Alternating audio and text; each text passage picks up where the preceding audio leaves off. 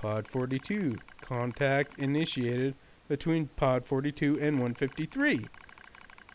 Pod 53. What is the matter, Pod 42? Pod 153. The protocol is not an interface intended for conversational use. Acknowledge. However, this pod has a confidential transmission for Pod 153. Understood. Please begin. An error has been detected in the transmission network between Pod 42 and 153, says Pod 42. Pod 153 says, hypothesis. Said error is fragmented data caused by deterioration of transmission environment. It may be so. However, it may not also not be so. Message unclear. Clarification requested. After repeated information exchanges between multiple pods, an unexpected phenomenon has occurred. We pods have developed unusual protective feelings towards support targets 2B, A2, and 9S. Query, could this be our will?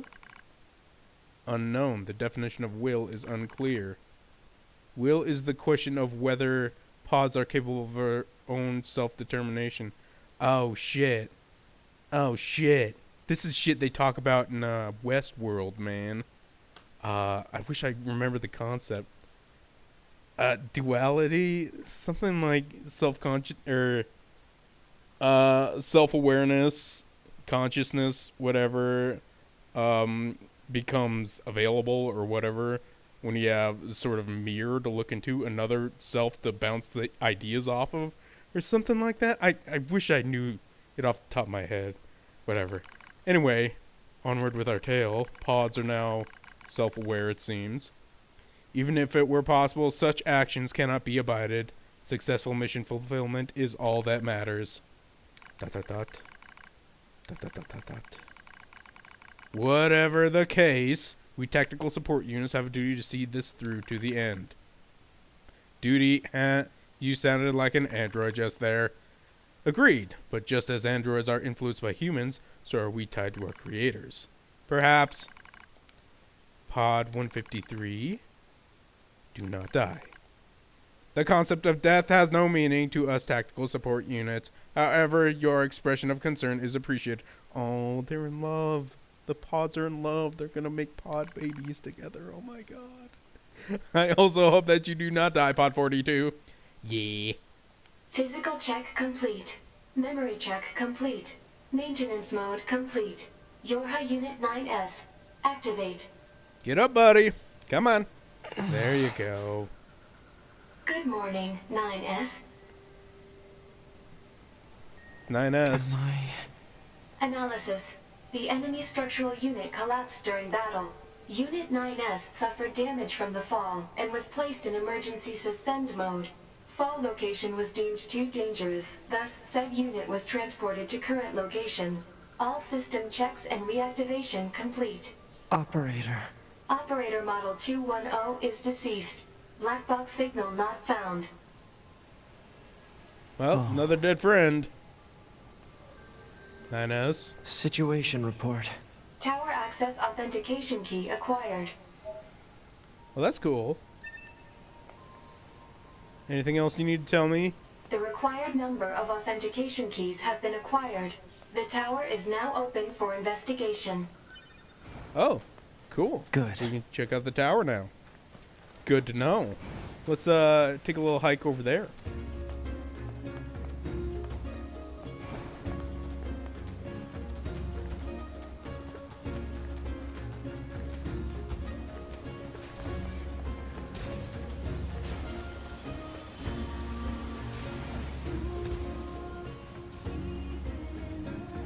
And here we are, ready to access whatever the hell this thing is. Let's do it, 9S, or do I have to do the other towers first? Yeah, okay, Hello, yeah. and thank you for choosing Tower System Services. Yeah, we've been over this. We apologize for the inconvenience. But locks on each sub-unit must be deactivated before accessing the main tower. Yeah, I got it. Have a great day. Thanks, voice in my head. Okay, Tower sub-unit access granted. cool. And now this one. So what do we know about this ship? Access granted. Supposedly this is some kind of launch system sent up to the moon. Challenge Empty access containers. Okay. By law of threes, I should be able to get in here now. Correct? No! Hello, What the bots? and thank you for choosing Tower System Services. We apologize for the Oh, I have to hack these individually. Got it. Well, this is new. Alright. And we're being timed, it seems. We have 30 seconds to reach our destination. Easy peasy lemon squeezy. Not bad at all. Locks on each sub-unit must be deactivated Yeah, I get it. before Oh my access god. to the Voice in my main head, will you ever shut up? Fucking shit. This one. I'm glad these are kind of easy. I was getting tired of hard hacking. I just want to not use my brain today. Okay? Like every day. Great day. Thank you, voice in my head. You have a great day as well. One more, then we can finally get into this thing. Oh, I see. There's multiple balls. Again, 9S. Boom. Alright, 9S has... I had to stop myself from saying, licked all the balls. No, that's improper verb to use. You've unlocked all of the sub-units. Awesome, do I get the prize now? That means a special prize is waiting for you inside the tower. Awesome Look prize! forward to serving you. Shut up! I want the prize! Wow, this Alert. is Enemy taking a while. caution level rising. Cause They- is most likely concerned over Unit 9S gaining access to tower. They're trying to get my prize! It's my prize! Damn it! Yeah! They won't stop coming! Yeah, this is a problem. Alert. Okay, Allied signal detected. Allies? allies? What? Oh, who are these Wait, jerks? You? Oh, I know them. 9S, we've been Hi. expecting you.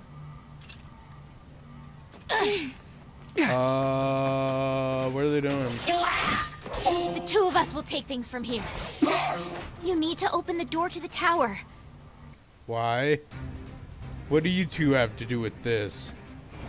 Devola? Okay. Popola? What are you doing here? Remember your promise? What are you talking about? Come on, 9S. Hack in while you can. None of this makes any sense! I know, We'll right? explain everything once we're inside. Because we're inside. Yeah, just try to keep them off me, I guess. I'm gonna stand here and hold down the Y button. Let you guys have all the fun. Try not to get chopped by some robot jerk. Wow. Yeah. They're really taking care of business, aren't they? Maybe. Oh, I'm getting a little nervous. They're about to tag me, man. Okay, we're good. We've got this, 9S. You just focus on hacking. Hacking away. Bam, got it. Hey, jeez, that's forever. Going. All right, so I'm assuming A2's gonna show up eventually, right? She's sort of invested in this story as well, correct? Ow. Okay. This, there's no penalty for me fucking up. That's great. Fantastic. Well, it's kind of hard to do this shit when you're in a confined space like this. Oh, that one doesn't want to die. Ah, gotcha. Yeah, I think no matter what, I'm going to get tagged by one of these things. Or not. This one, yeah, I'm definitely going to get tagged. No, I'm actually not bad at this. Okay, moving on. Yes, I need stuff What's to this shoot. barrier? Yeah, I can't get through. Analysis. It is part of a closed defensive system.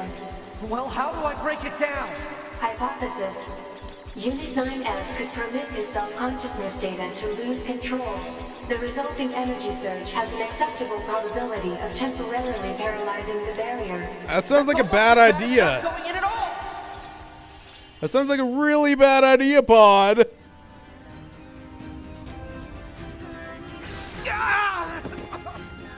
What happened? It's the barrier. Popola! No, don't! You can't do anything! The wall's got a self-closing Enough! algorithm! Devil and I, we have to atone for our sins no matter what! But if you do that, your circuits will... Devola! Right.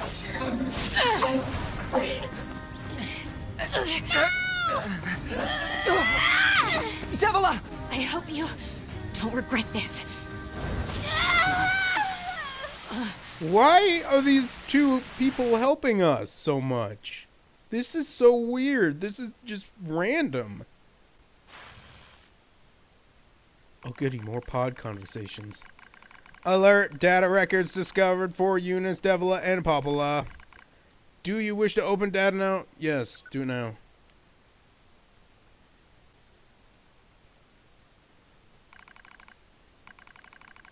A dusty wind kisses my cheeks. Buried in the sand, we press forward one step at a time. We have nowhere else to go after all.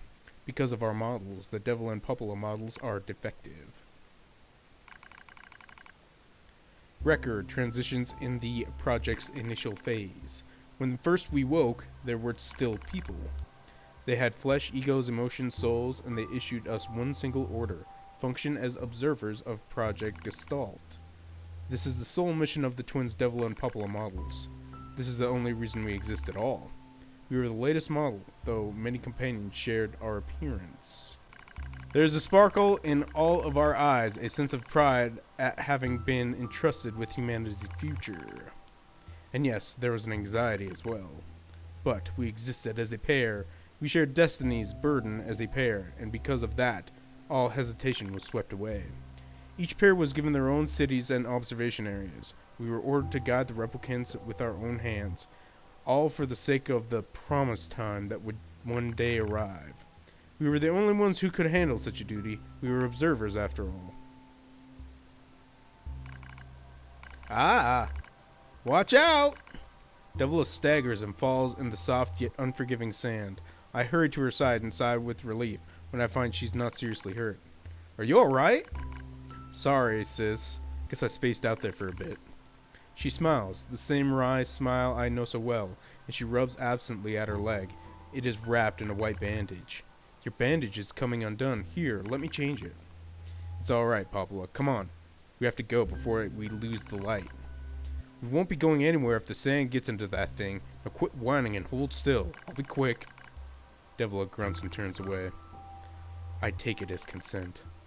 Soon we are resting in the shade of a nearby rock as I pull the bandage free. Artificial skin, torn and bloody, peeks out from beneath the bandage. Judging by Devola's current lack of ambulatory control, I imagine the circuitry underneath has been damaged as well. Taking a deep breath, I check the circuitry to see if it can be repaired, replace the bandage, and hope for the best. Oh! These are options I have. Oh, okay. Yeah, see if the circuitry can be repaired, I guess. As expected, wiring in the nerve circuitry has been damaged. Replacing it will require new connectors as well as some tools, none of which is easy to find in the desert. Sorry about this, sis, mutters Devola. That wry smile again. It kills me every time. Don't you dare apologize, I respond. You've done nothing wrong. I calmly change the bandage, trying not to let my worry show. I make it as tight as possible, and no sand can slip inside. It's all I can do until I get the proper materials. But that's going to be a tall order, considering our current condition. Sorry, sister. Okay, now you're apologizing. We both apologize while insisting the other's apology isn't necessary. It's kind of funny in a way. Such a trivial exchange under such circumstances. We laugh together, the sound echoing out across the desert before being stolen by the cool evening wind. Report regarding the increase in relapses. There has to be some way to prevent relapses. Devola's sharp voice echoes through the private quarters. You must be quiet, sister. Replicants will hear. Pfft, they wouldn't understand even if they did. That might be true, but regardless. Annoyed at my hesitation, Devola crosses her legs and scowls. The black scrawl took another victim, she says. That's 3 this month. It's spreading way too fast. Let's wait and see what happens. I'm tired of hearing you say that. Her shout makes me jump, just a little, but enough to make for her to notice, seeing that her eyes suddenly open wide. I'm sorry, sis. It's not your fault. I shouldn't have lashed out like that. It's okay. I understand. It's all going wrong. You can feel it too, right? When I was first assigned to Project Gestalt, I was over the moon with pride. But now, my chest hurts just to think about it. If it were to fail. Before we knew it, the replicants had gained a sense of self, and the black scrawl started raging out of control. It moved fast. So fast. Like the wind. Popola and I would go to the observation room and act like it was all okay. We'd talk to the replicants as if we didn't have a care in the world, but at night, we'd just hold each other and share the horror of it all. I'm glad you were with me, murmurs Popola. I couldn't have handled being an observer alone. We were able to endure because we had each other, I reply softly. Did the humans see this coming? Is that why they made a twin model? Were they really so clever? Were they really so cruel? I could have done this by myself. I would have descended into madness. Or, I couldn't have done this by myself. I would have descended into madness. I simply couldn't bear such a burden all alone. When I get a chance, I'm going to try contacting another city, she says. Maybe these abnormalities are all a localized phenomenon. I pray that's the case, I reply. Even if it were of no use ourselves, things will still work out if the other observers can pull through. Don't worry, it's going to be okay. But it wasn't okay. Nothing was okay. All thanks to a pair of Devola and Popola models from another town. The wind rubs my cheeks. The sand grazes my skin. It's grown cold out here. We walk with renewed purpose, hoping to make up for lost time. Devola loses her balance every now and then, and gets bad after a while. I slip myself under her arm so she won't fall again, and we press on. Is your leg alright? Well, I doubt I'll be dancing anytime soon. But yeah, it's fine. She smiles as she says this, but I can tell she doesn't have much left, and yet she continues to smile. Also, I won't worry. I remember when our resistance allies injured her leg. I was furious, beyond fury. I wanted to scream and cry and lose myself in it, but then she smiled, and all of that rage just drifted away. To think we have the same face, and yet different smiles. One day I realized how she reminded me of the martyrs I'd seen in the old records. That was the day we decided to leave our town forever. Record of Project Gestalt's end. Our role as observers ended on the day Project Gestalt collapsed, all due to the actions of Devola and Popola models from another town. With the original Gestalt lost, humanity was doomed to an inevitable extinction. Knowing this, we gathered what remaining replicant data we could find and launched it to the surface of the moon. And though success was unlikely as finding a lost sand grain in the desert, we still had to attempt it. We still had to try. We were androids, you see. Protecting humanity was our instinct. Other androids, beholden to that same instinct, began to direct their hate at Devola and Popola models, who snuffed out humanity. It started small, a few offhand remarks, the occasional glance. But even the smallest things have weight, and with enough of them combined, that weight eventually becomes a boulder. Emotion spoiled over, remarks became jeers, and soon enough, my sister and I were the perfect target for persecution. At first, we simply accepted the fact that our friends turned on us. It was almost unavoidable, I suppose. We were observers for Project Gestalt, after all. And while we didn't cause it to fail, the people who did, well, they looked just like us. So we accepted it. We took the resentment and scorn. We endured. Because as crazy as it sounds, I think we actually felt responsible. We moved from town to town in an effort to avoid persecution, but in one such town, my seemingly infinite patience finally broke. My sister Devola met with unprovoked violence at the hands of a resistance member. She said something in response to his taunts. Something quiet. And though her words were ambiguous, he slashed her leg nearly in two. My vision narrowed, everything went red, and then she smiled at me. It's okay, sis. There's nothing we can do. But it was too late. My emotions were no longer in my control. I'm simply not strong enough to stand aside and let the most important person in the world come to harm. Devola and I left that town the same day. Violence like that wouldn't stop. It was going to happen again. And it wouldn't be coming from just one person. So rather than let them kill us, we ran. I guess it was the greatest resistance I could muster. We lose the sun as dark clouds gathered overhead. We continued our march. A cold wind blasts us, stealing what little body heat we have left. I smell the rain in the air. We continue to march. Sometimes we hear animals howling in the distance. It makes us flinch every time. But we continue our march, because even this is better than suffering at the hands of our fellow androids. Why must we suffer this persecution? I know we're the same model as the androids who doomed humanity, so I understand that part. At least a little, anyway. But at the same time, we're not them. We're not the same. We are who we are, and that Devola and Popola were who they were. That's how I felt when I saw Devola being hurt. I wanted to shout it at everyone. I wanted to scream. As far as I'm concerned, there's only one Devola. And for her, there's only one me. No one can take the other's place. Rain falls from the sky. It stimulates our sensation nerves like cold needles. We need maintenance badly, and that's a pipe dream, I suppose. No android would dare help a pair of outcasts like us. Are you cold, Devola? I'm alright as long as you're with me, sis. I feel the same. We press our bodies together and try to retain heat. It's cold now, much worse than the searing heat of midday, but we just smile at each other and keep pressing on. There's another camp on the other side of the desert, a new camp. If we can just get there, I can finally fix Devola's leg. And yet, I wonder if there's anywhere on this planet that will take us. Hey, what's wrong? It's nothing. Don't worry about it. I do what I can to suppress the anxiety in my chest and keep walking. The rain grows worse. It lashes at us without pause. Is this our punishment?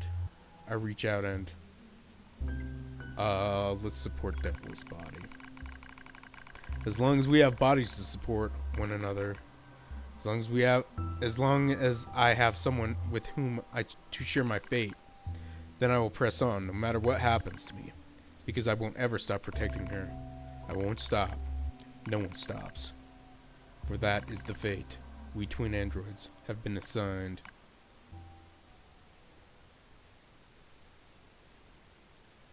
Alright.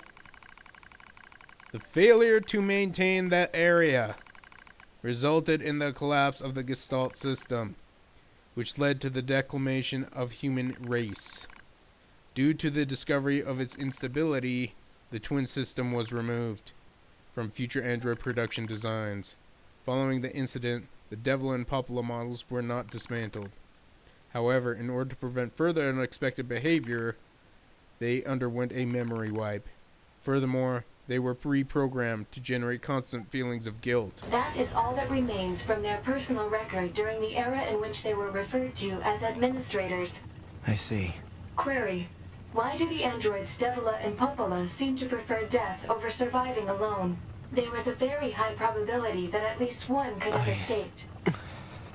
I hope you never have to understand. Affirmative.